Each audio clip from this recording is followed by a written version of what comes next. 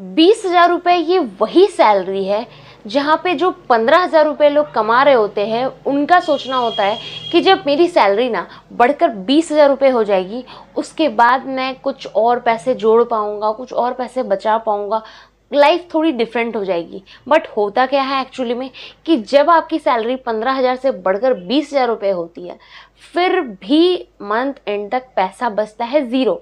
तो ultimately reason होता क्या है? क्या पैसा बढ़ रहा है? पैसा बढ़ना एक अलग चीज़ है और पैसे को मैनेज करना that is a different thing. ये this both things are totally different from each other, right? So क्योंकि ज़्यादा कमाना और पैसे को मैनेज करना ये दोनों अलग अलग चीज़ें हैं। तो आज हम लोग इस वीडियो में डिटेल में समझने वाला है कि अगर आपकी सैलरी 20,000 रुपये है तो उसको स्टेप बाय स्टेप किस तरीके से कहाँ कितना खर्च करना है, कहाँ कितना बचाना है, कहाँ कितना इन्वेस्ट करना है, सारा कुछ, यानी कि 1 रुपये भी हमारा कहीं वेस्ट ना हो, इस चीज़ का हम पूरी तरीके से ध्यान रखने वाले हैं। तो आप इस वीडियो को एंड तक ज़रूर देखिएगा, आपको काफ़ी कुछ सीखने को मिलने वाला है। ये स्टोरी है प्रिया की, जो कि एक 25 साल की लड़की है। वो प्राइवेट जॉब करती है और उसकी जो सैलरी है वो 20,000 रुपये है। अब उसने क्या करा, पहला काम था उसने अपना फ़ोन अपग्रेड करना ज़रूरी समझा और फ़ोन ईएमआई पे ले लिया। और फ़ोन की जो मंथली ईएमआई थी वो 2500 रुपये हर महीने की थी। अब क्या हुआ, फिर आगे आ गया मिंत्रा पे एक बड़ा सा सेल, तो उसने कुछ 3,000 रुपये की शॉपिंग कर लिए बिना सोचे समझे। अब वो पैसे वहाँ चले गए। अब फिर उसके बाद दोस्तों की ट्रिप आ गई तो उसने भी सोचा चलो पहली बार है, चलो एंजॉय करके आते हैं। तो दोस्तों की ट्रिप के साथ चले जाने पे कुछ 4,000 रुपये वहीं पे खर्च हो गए और सारे जो राशन पानी घर रेंट ये सारे खर्च होकर महीने के आखिरी तारीख तक उसके पास बैंक बैलेंस बचा 0 रुपये। तो उसे ये रियलाइज़ होने लगा कि मेरी ना सैलरी ही कम है, मुझे मेरी सैलरी बढ़नी चाहिए। तो यहाँ पे बात सैलरी कम होने की नहीं है, यहाँ है कि पैसे के साथ हमारा सिस्टम कैसा है, हम पैसे को यूज़ कैसे कर रहे हैं, ये सबसे बड़ा मैटर करता है।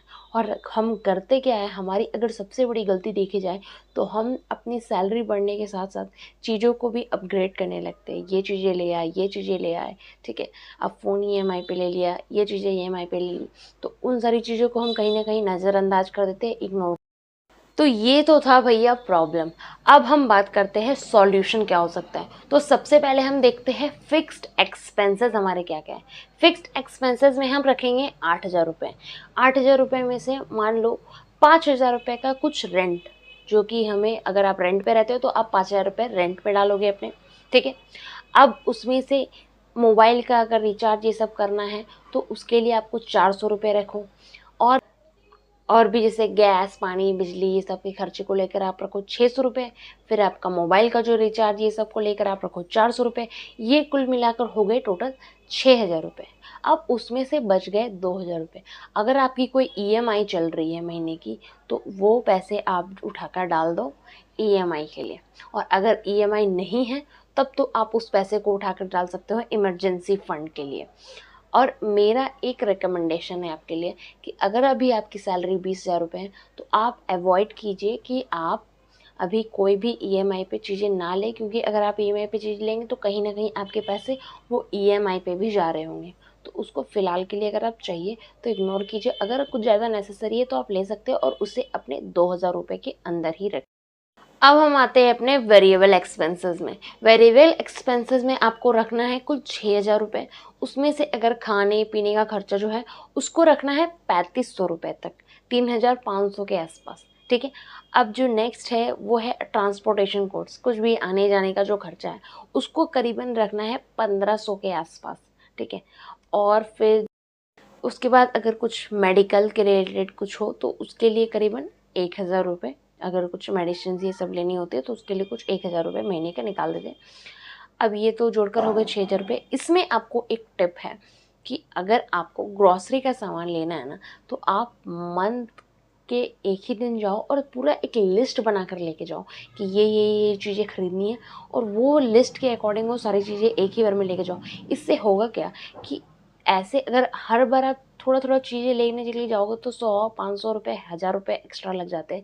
लेकिन अगर आप एक ही बार लिस्ट बनाकर उसके अकॉर्डिंग लेके रहोगे, से करना क्या है कि 4000 रुपये कुछ इन्वेस्टमेंट के लिए बच जाएगा। तो 1000 रुपये का SIP कर दो, 1000 रुपये का FD में डाल दो, 1000 रुपये को इमरजेंसी फंड में डाल दो और 1000 रुपये को आप RD कर सकते हो। आपके अकॉर्डिंग जिसमें भी आप कंफर्टेबल हो, इस तरीके से आप डिवाइड करके अपने पैसे को डाल सकते हो। और इस सबसे पहले आपके पास होना चाहिए एक डीमैट अकाउंट। अगर आपको कोई भी इन्वेस्टमेंट करना है ना, तो सबसे पहले आपके पास एक डीमैट अकाउंट होना चाहिए, जो कि आप जाके इजीली वे में ओपन करवा सकते हैं। ग्रो, जीरोधा, अपस्टॉक बहुत सारे भरे पड़े हैं।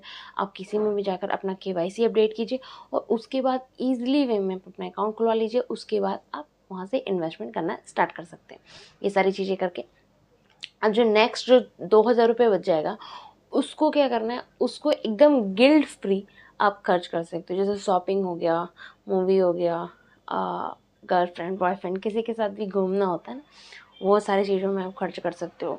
ठीक है, उसके बाद फिर किसी भी चीज़ का शौक़ है, अगर कहीं और जाना है, अपने दोस्तों के साथ जाके पार्टी करना है, तो वो सारी चीज़ें वो 2000 में कवर हो सकते हैं। तो वो सारी चीज़ें, उस पैसे को आप गिल्ट फ्री कहीं पे भी, अब जब इंसान कमाता है तो थोड़ा सा तो उम्मीद करता नहीं भैया कि लाइफ को थोड़ा एंजॉय भी करना है, कहीं घूमना फिरना है, ये है वो है, तो वो सारी चीज़ें आप उन सारे पैसों में कर सकते हो। तो इस तरीके से आप अपने पैसे को कहीं ना कहीं मैनेज करके एक सिस्टमेटिक तरीके से आराम से इजली वे में।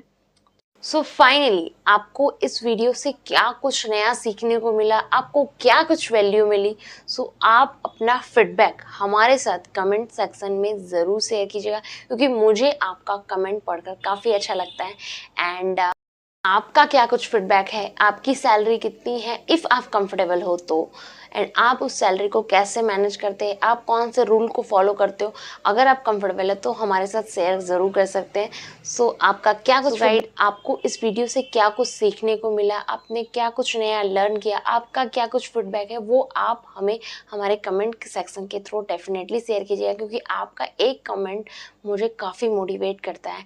एंड आपका एक लाइक शेयर सब्सक्राइब बहुत ज़्यादा मुझे मोटिवेट कर देता है। तो अगर आप चाहिए तो आप लाइक शेयर सब्सक्राइब ज़रूर कीजिएगा एंड हमें कमेंट के थ्रू आपका फीडबैक, आप कैसे अपने पैसे को मैनेज करते हैं, किस तरीके से अपने पैसे को अंडरस्टैंड करते हैं, कहाँ खर्च करते हैं, अगर आप कंफर्टेबल है तो हमारे साथ डेफिनेटली शेयर कर सकते हैं। सो गाइज, मिलते हैं एक नेक्स्ट इन्फॉर्मेटिव वीडियो से, तब तक के लिए जय हिंद।